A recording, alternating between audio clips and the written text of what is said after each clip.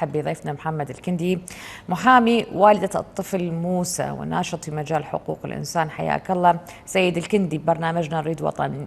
يعني نحكي أول على قصة الطفل المعنف موسى، وش صار بيها؟ حياكم الله سيدتي الكريمة، تحية طيبة إليك وإلى المشاهدين وإلى كادر قناة التغيير. حياكم الله.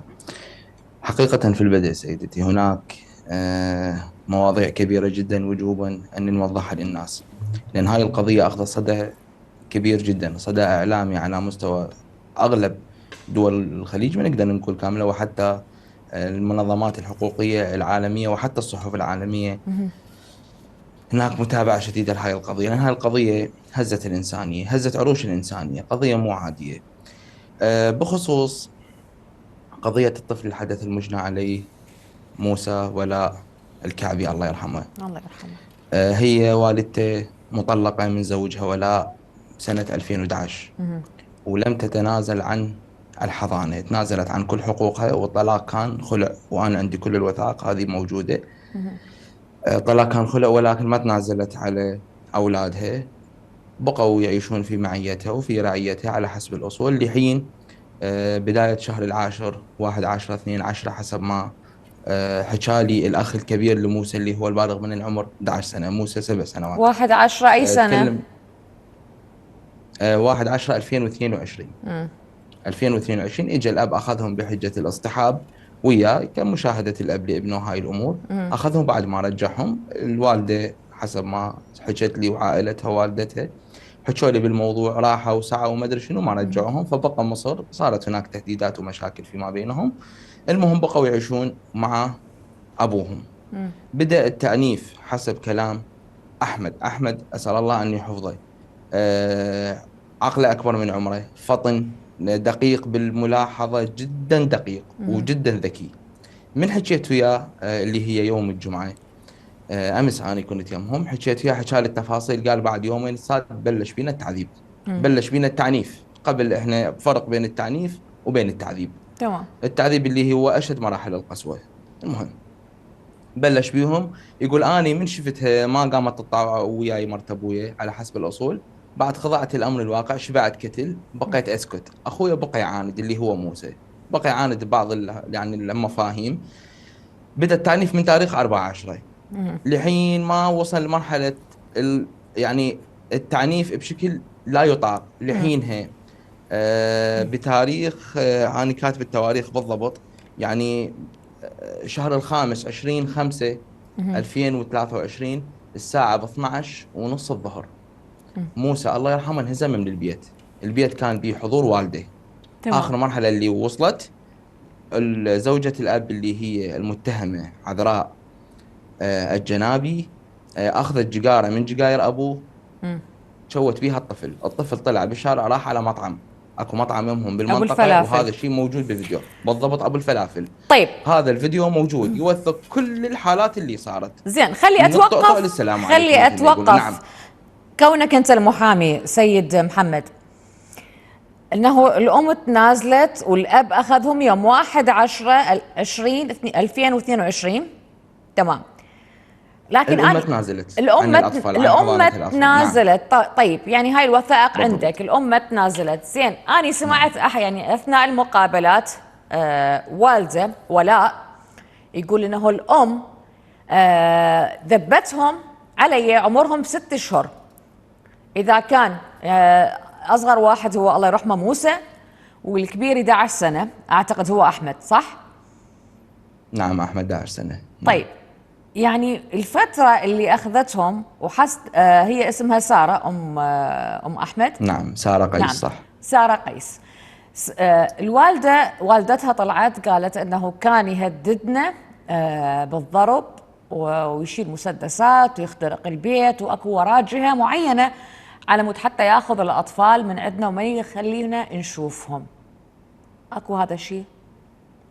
خلينا نرجع شويه هذا الشيء لورا. اني نعم خلينا نرجع لي ورا مثل ما تفضلتي. هذا الشيء اني ما شفته ملموس، اذا كان اكو جهه ورا او لا، ولكن من خلال جمع الادله والبحث اللي قمت به اني والمحاضر والصور والفيديوهات، لا، الاطفال كانوا في معيه امهم من فتره طلاقها لحين الشهر العاشر مثل الكلام اللي تكلمت فيه.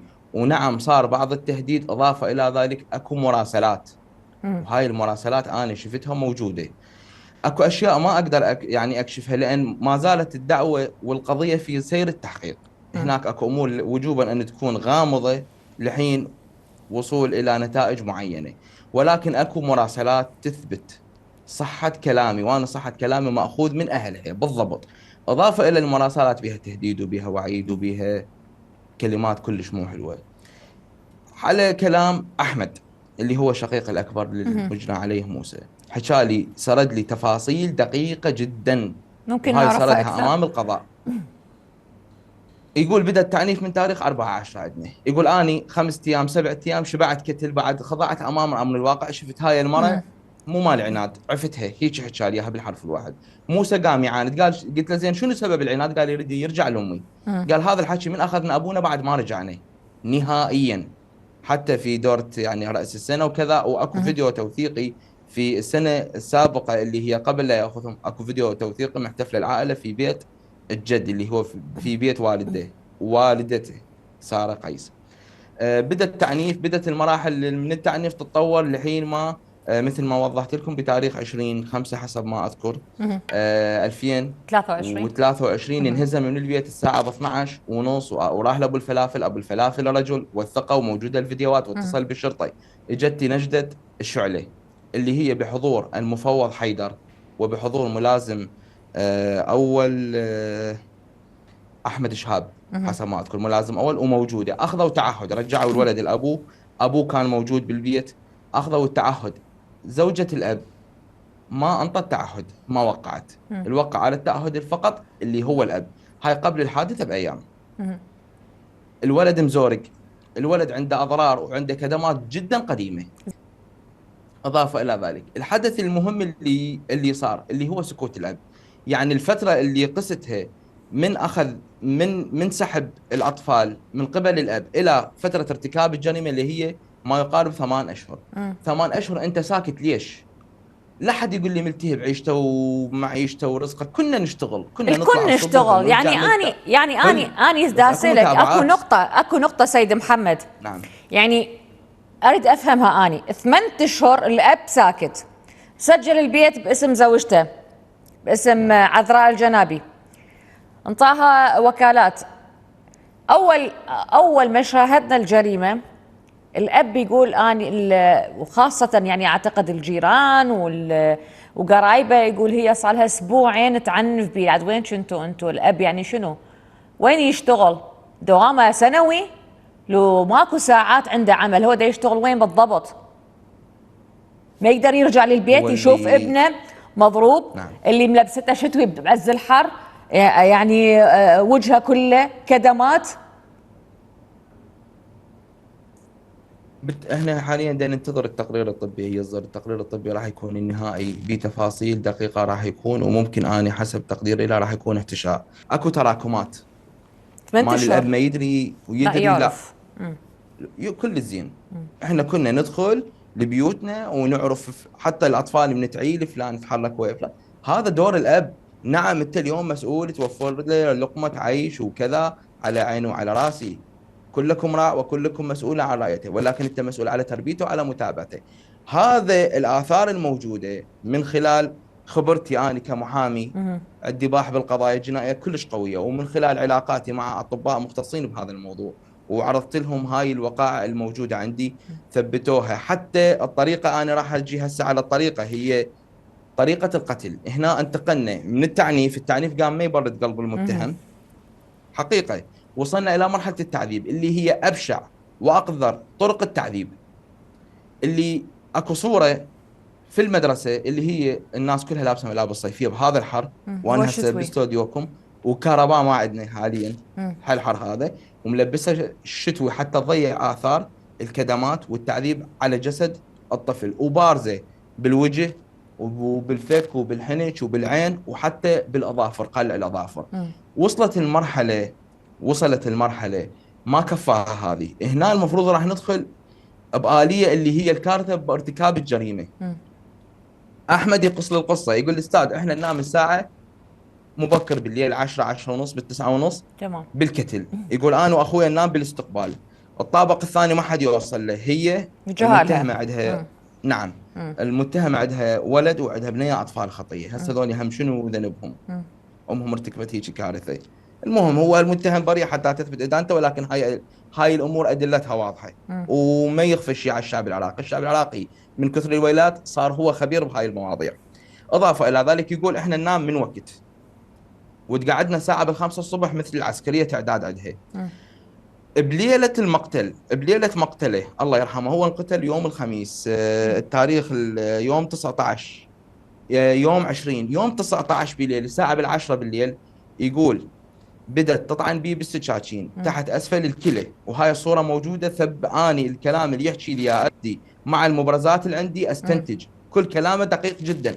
يوم الحادثة اللي سوتها بالفعل يعني أثناء وجنابك تقول معروف يعني أنه على الطب أثناء التشريح بالفعل هي انطتها كميات من الملح والزيت شربته. بالضبط، خلي أرويدك نعم. الرواية بالتفاصيل إضافة إلى اعترافها.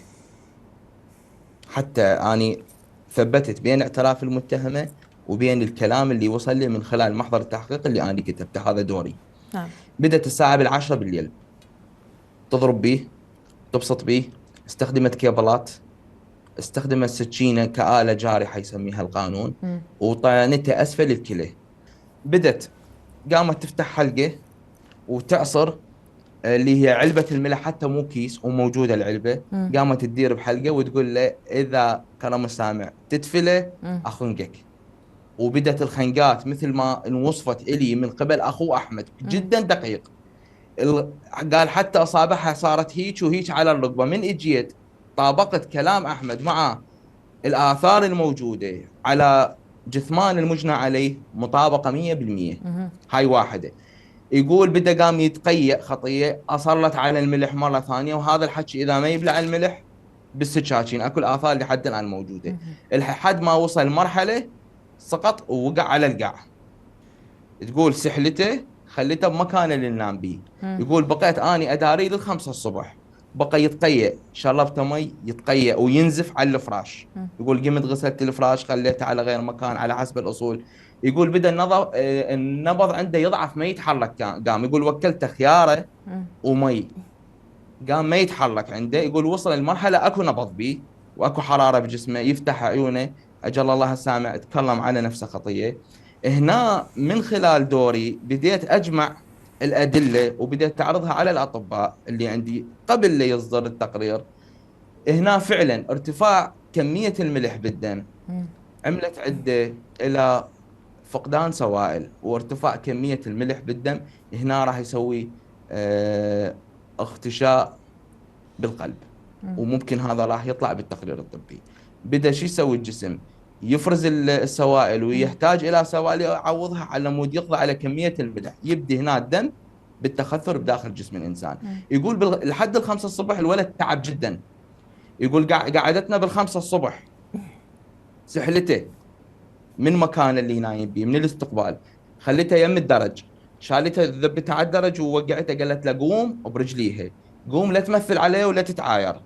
يقول بقيت اني يمه اداري بنفس المكان ما يتحرك الولد، اكو بي نبض، يفتح عيونه شويه ويسدها، اشربه مي ما يقدر يبلعه. يقول توفى الساعه بالتسعة الصبح عدل، تقريبا بالتسعة الا 5. يقول من التسعة الصبح من توفى انا ما ادري صار بي، انسحبت الغير مكان. يقول هي ظلت تطبخ على حسب الاصول، مارست طقوسها البلديت. ثم هنا الحد تقريبا الساعه بالثنتين وثلث الظهر. يقول انا لاحظت الديدان قامت تلتم علي. اتصلت بزوجها الساعة بثنتين ونصف مثل ما وضح لي اياها.